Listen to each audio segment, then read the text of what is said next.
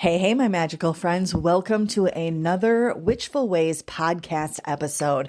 I am Annika, offering you insight, guidance, tools to live a magical life every single day. So today I want to dive in a little bit deeper into working with spirit companions. I friggin' love working with spirit companions. I think that we all do it on one level or another. Just some of us are more upfront, I guess, in choosing the ones that we feel connected to and that we want to work with. So first off, if you haven't already, there's another podcast episode that talks about what my spirit companions are. Are they angels, demons, entities, beings, whatever. And it goes into depth on how I actually conjure them and things like that. So make sure that you scroll back through the episodes and check out that one. But I have been working more closely again now with the spirit companions, offering spirit companions along with the magicals and working with them myself because there is such a huge benefit to it. You not only get the personality, if you will, of the companion that you're choosing to work with or bring into your spirit family, right? You are not only getting that personality to work with, you're not only getting those traits to work with, you're not only getting those attributes to work with, you're not only get the magical benefits of working with them as well, you get all of it combined. Because when you're working with a spirit companion, again, let's remember that a spirit companion is nothing more than the conjuration. When I do them, everybody does them differently, right? Like practitioners, you do you. But the ones that I conjure are ones that are going to have astral energy. They're going to be conjured from astral energy. But here's the thing. Within that astral energy, we all live as well. So when I do a custom conjure for you, your companion comes to you already with a tie to you because you are ingrained in that companion. That companion possesses a portion of your astral energy because both you and I live, quote unquote, live in that astral plane as well, right? So let's go and say, okay, what is astral energy? Well, it comes from the astral world, right? We're in the physical world. Astral energy is in the astral world. And astral world is the, let's say again, quote unquote, heavenly realm of light and indestructible life. It's the realm of vibratory life energy. And that entire realm is hidden behind the veil of the material universe, the physical plane that we're in. So the companions that I offer and conjure are existing and they live on both of those planes, in the astral plane and in the physical realm, just as you and I do. It's a living entity. It's a spirit. It's a being of life force, and all at one time, the same way that both you and I are, right? We know that we have a physical body, a physical portion of us that is in the physical world, right? We see ourselves, we feel ourselves here, we experience this physical world, but we also know that there's a spiritual world, there's an astral world, right? Or realm. We also understand that there's a higher self that we adhere to, that we exist in, that we live within. And we have to, because if everything comes from that spiritual plane, that astral realm, then we're in both as well. That's when we say we're connecting to our higher self. Well, where does our higher self exist? It exists in the astral plane. It exists in the spiritual realm, right? So when people come and ask, are your companions entities? Yes, they are. Are your companions spirits? Yes, they are. Now, here's the difference that I think people kind of go with when it comes to, are they spirits or are they entities? They feel that entities are living beings, right? Like you are a being, you are an entity. You yourself are an entity, right? You are living, breathing, living, okay? A spirit is something I don't want to say normally, but it's something that we kind of think of as having lived and no longer has a restrictive body. Okay. Even though we can go a little bit further into this rabbit hole and think of angels, right? Or your spirit guides, they reside on the spiritual plane in the astral realm. They reside there, but they have never had a physical body experience. The majority of them, right? There's a few angels that physical bodies, but okay, right? So we understand that portion of it. So if we can understand all of this, and yes, it makes sense, we all live on different realms, right? Different dimensions, whatever you want to call it. We all live within one that we are having a conscious experience of. For you and I, this means we are in the physical realm living on earth right now, right? But we also know that we have an other existence that we have a subconscious connection to, or a subconscious life within. Okay. And a lot of people know there's astral travel, right? There's lucid dreaming. There's all those kind of things that take you through other realms, other worlds, other dimensions, other experiences that you can consciously be aware of in that moment. But while you're consciously aware of that moment in that plane, you are no longer consciously aware of any other existence in any other plane.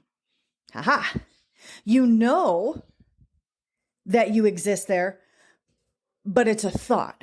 When you are in your physical realm, you are here, understand, knowing that you are here, right? You know that you can exist in another realm, but you can't experience it at the same time. Make sense? You know you have a higher self. Maybe you know that there's a heaven, right? Whatever you call it.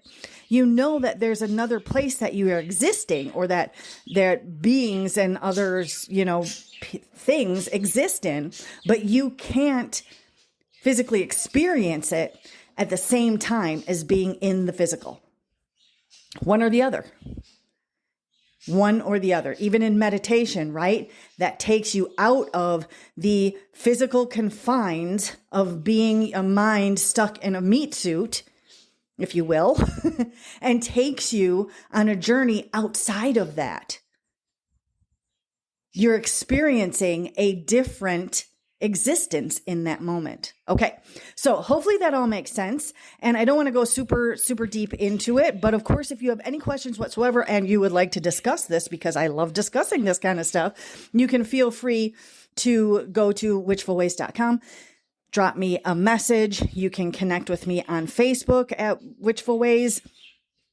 And we'll chat about it in the group, in the Living a Magical Life group.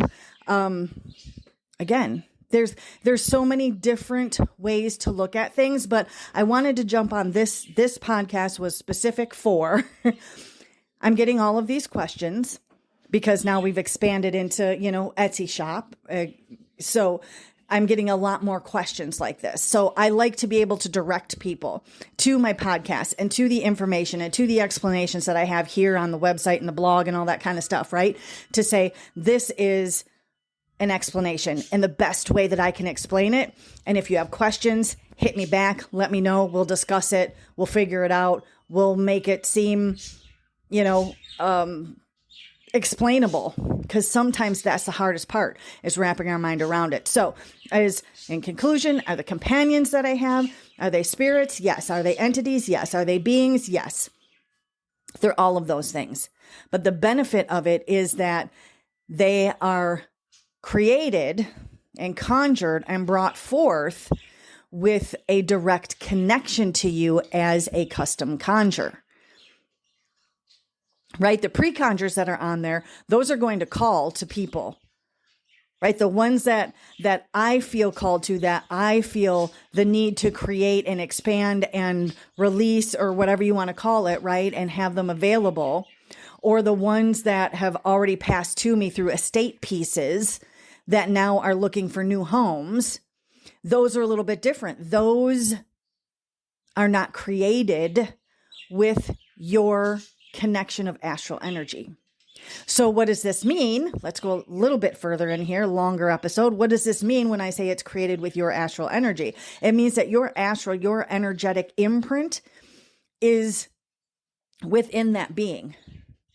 You have created, just like your DNA passes down to a child, right?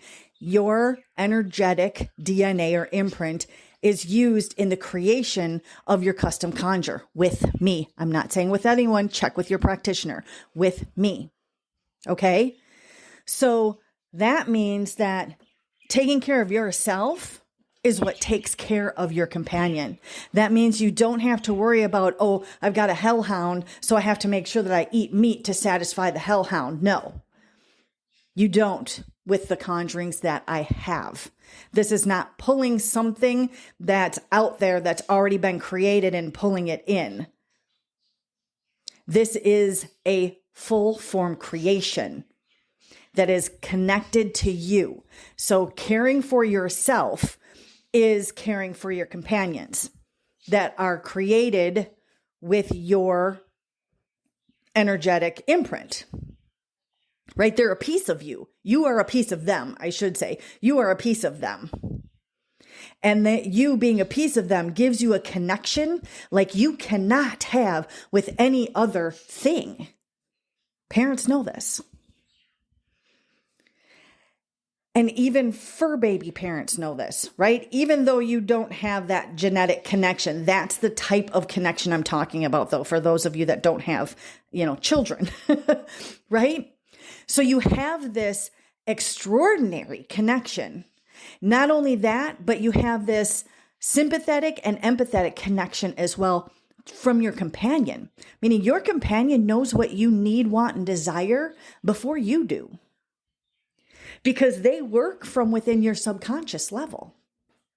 They're at your higher self. They're interacting and working and connected to your higher self. And as we all know, your higher self knows you and what you need, want, and desire and what's best for you before you do in the physical. That's just how it works.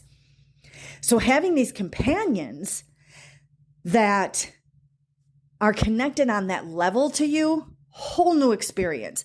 And this is why I love working with my own companions, right? And I love hearing all the benefits from people that have brought home, if you will, the companions that are offered by me at Witchful Ways and Etsy, Witchful Ways, right? Like, I get to be someone that helps somebody else in such a way that they don't even realize what it is. Yes, I love doing the magicals too, right? The talismans and the amulets, those are amazing because it gives energy to those people.